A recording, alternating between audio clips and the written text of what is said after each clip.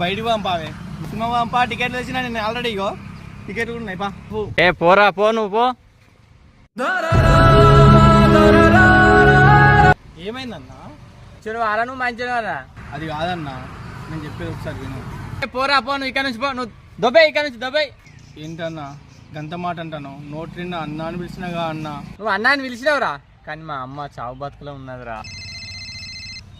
Hello చెప్పండి sir.